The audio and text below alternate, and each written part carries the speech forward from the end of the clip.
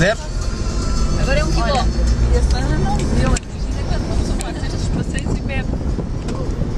Hã? Tem cuidado com os buracos que aparecem de repente. Ora aí. Olha que isto foge imenso de frente. É. Não, mas isto tem só cuidado que isto foge imenso de frente. Não, ali puxou para traseiro. Sim, foge um bocadinho traseira, mas antes foge de frente. E se fugir de frente, Aquilo que faz, levantas o pé e carregas logo a seguir, não é? Esses 300 metros. Aquilo que de facto faz alguma impressão é a folga de direção. Os vidros abertos. Os vidros Para mim, abertos pelo como? menos é. Agora uma ventania aqui de lado. Calma, fraquinho. Tem sola.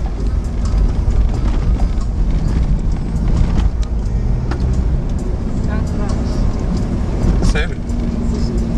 Isso vai abanar muito aí atrás.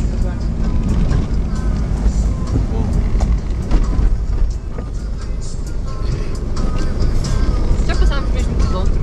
Veja aqui, acelerar. Em frente? Sim. Já chegaste a alguma estrada de Alcatrão?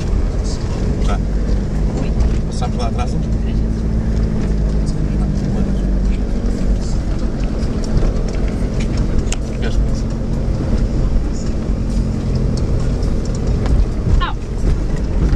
Aí atrás é mais banhoso. Olha, tão giro aqui ao lado, viste? Olha, tão giro. É muito giro mesmo. Vê, vê. Estranho. O que é isto? Está a ver? É pá, muito giro, pá.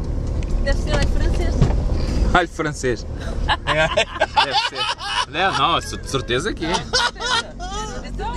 Não, este não é francês, este é português. Ah, são vinhas. Ora bem, gente. Não. É meu. Ah, que está aí. Muito giro por acaso.